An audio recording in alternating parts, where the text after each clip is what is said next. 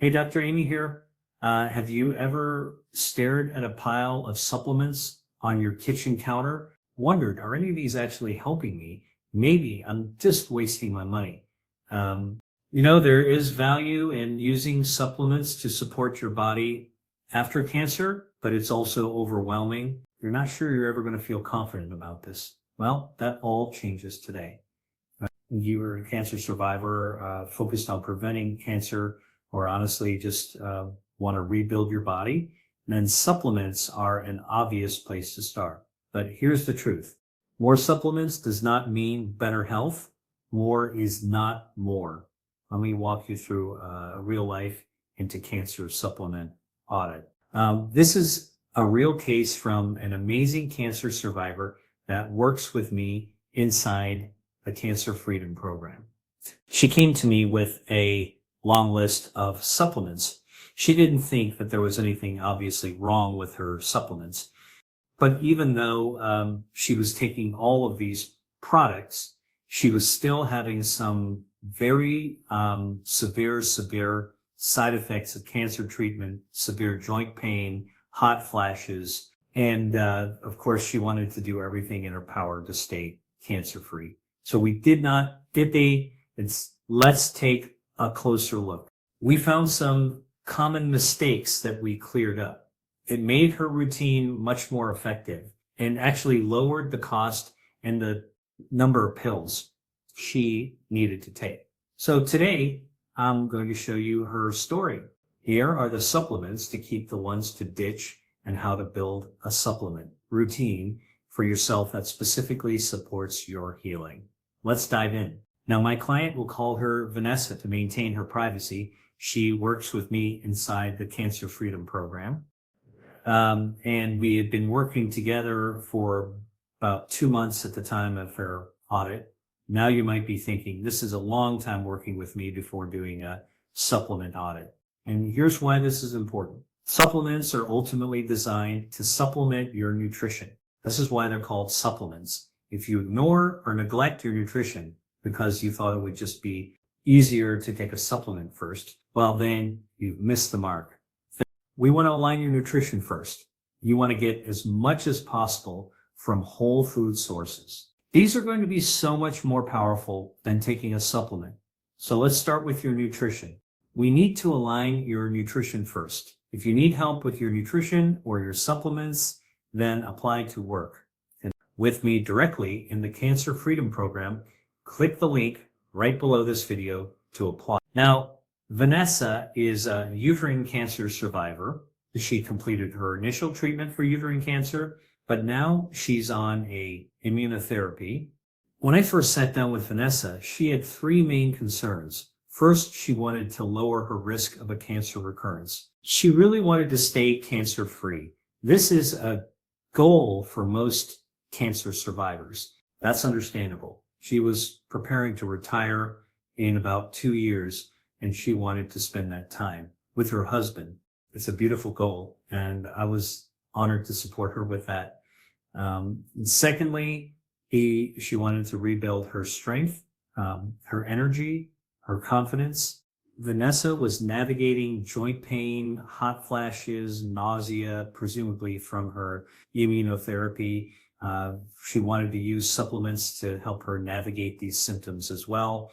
And thirdly, she wanted to simplify her overwhelming supplement routine. Could we actually simplify her routine? She didn't want to take handfuls of supplements anymore. Was all that even really necessary? So here's what we did. Make sure that we include everything that's needed so that she's not missing anything. Then we removed everything she does not need. Vanessa was dedicated, motivated, willing to do whatever it takes. But when it came to her supplement plan, she was a little lost. She was taking a lot, some helpful, some neutral, and some that needed to go. So here's what happened. Over time, she learned about new supplements. A friend would make a suggestion, a side effect would pop up, and the supplements just kind of started stacking up. And that happens to a lot of cancer survivors. And that's where our audit begins. Vanessa was taking 12 supplements. So let's look at them one by one. We started with her one multivitamin from Pure Encapsulation. It's a high quality multivitamin. No problem there. But here's what I told her. This is a great backup while you're rebuilding. But once your nutrition is optimized through real whole foods, you don't need this long-term multivitamins for like training wheels. Useful at first, but eventually you're going to ride on your own, because Vanessa had nausea issues, but it wasn't impeding her appetite. She would be okay without a multivitamin long term. For now, we kept it, but with that goal, we'll eventually phase it out. Next is an important supplement that we're going to keep, vitamin D3 with vitamin K. This is critical for cancer prevention. This one made me breathe a little bit easier because vitamin D optimization, imperative for cancer survivors. This is a non-negotiable. You need to optimize your vitamin D levels to reduce your risk of a cancer recurrence. We decided to absolutely keep it.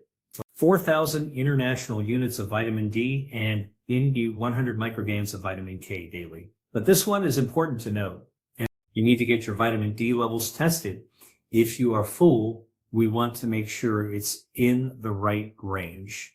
It's a simple blood test, so it's easy to get done. Not too low, not excessive, just some Goldilocks dosing, okay? But up next is her magnesium. But what was her reason for taking magnesium? She wanted to use it to help with constipation from her chemotherapy. When I asked her if it was actually helping, she said absolutely. So we decided to keep it, but use it as you need it, not just blindly taking it daily.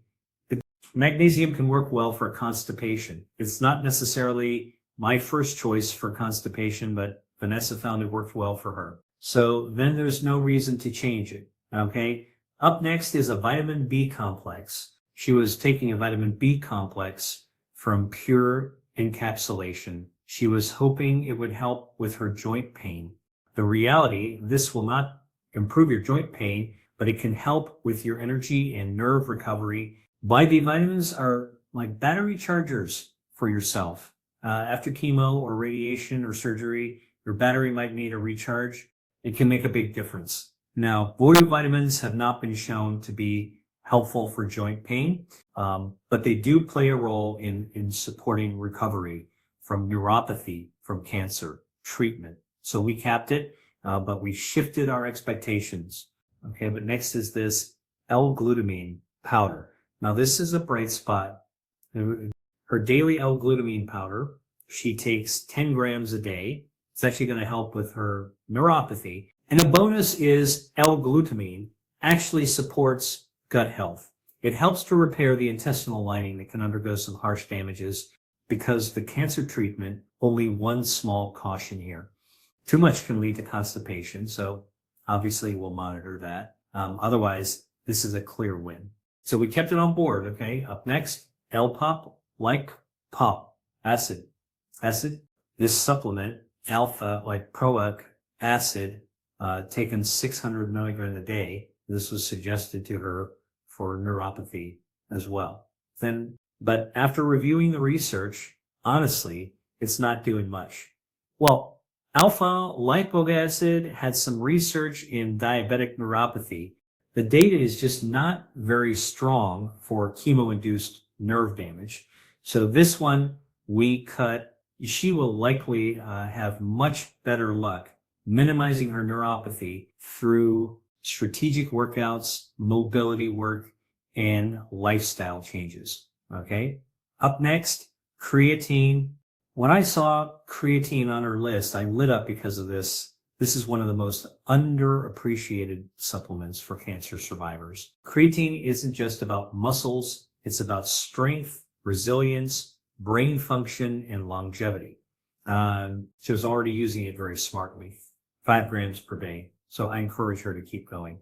It's an incredible tool for preserving lean muscle mass and supporting cognitive function. Okay. Up next is a supplement for hair regrowth. Okay. Now, she was taking this supplement to regrow her hair post chemo, but after months, there was little visible changes.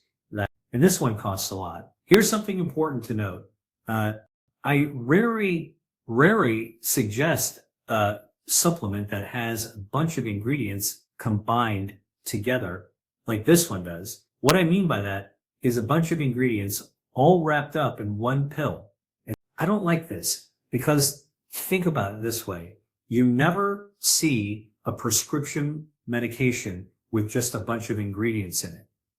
We're trying to get out the one ingredient, the one product that will actually make a big impact. So if you want to target hair regrowth, let's find the one product, the one ingredient that will actually help grow your hair faster. Then we can forget the rest.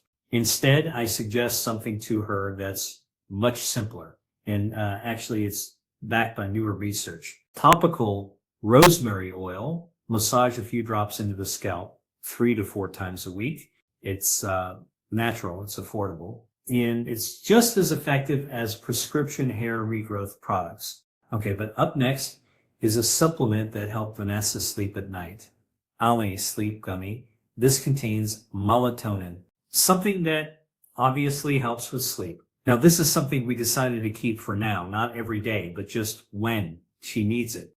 Just for those nights where her mind won't shut off and that anxiety creeps in. Protecting your sleep is protecting your healing. Sometimes a little nudge is exactly what you need. And melatonin is a good option if you need support. Okay, but next are 2 supplements that we're actually cutting. Hue and Grace supplements.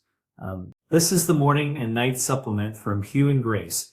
Good marketing, lots of buzzwords, but when I dug into the formulations, she was actually paying for duplicate ingredients. We're not getting meaningful doses of the ingredients that actually matter within these products. They had overlapping ingredients with her multivitamin, her magnesium, her cumin. We stopped, both simplified, saved money. Okay, but on to the last supplement, marine, collagen, peptides. Finally, she was taking 5 grams of marine collagen. She'd mix it into her coffee each morning. Was it critical? Not exactly. Here's the thing about collagen. Loads of cancer survivors are confused about collagen. They hear that it's unsafe, but this is not true. There's a theory that collagen can support tumor growth, but this has never been proven. So in short, collagen, it's safe, but here is something else to consider. Cancer survivors need more protein. 98% of the cancer survivors that I work with inside the Cancer Freedom Program come to me needing to eat more protein. Collagen is a protein. Now, most collagen protein supplements are not going to give you a lot of protein, but it is still protein. So if you have collagen already in your home, I would still use it, but it's not something I'm going to include in your regular routine. We included in your routine, prioritize whole food protein sources, and then pick a more efficient protein supplement if you need to supplement. And so this is a great place for Vanessa to start. I wanted to make these changes to her joint pain management without adding anything additionally for her hot flashes. We could include a couple other options for cancer prevention, but I like to do things with supplements in a stepwise strategy by adding a supplement at a time. That way we can assess if it's actually working. Plus, if there's any annoying side effects, then we know what's causing it and we can just get rid of it. That way, if we run into issues, we'll know quickly what's causing it and we can resolve the problem fast. Okay. But next, you're going to find the best and the worst protein supplements for cancer survivors. I'm linking that up for you here. Click the link here, and I'll see you in the next video. I'm linking that up for you here. Click the link here, and I'll see you in the next video.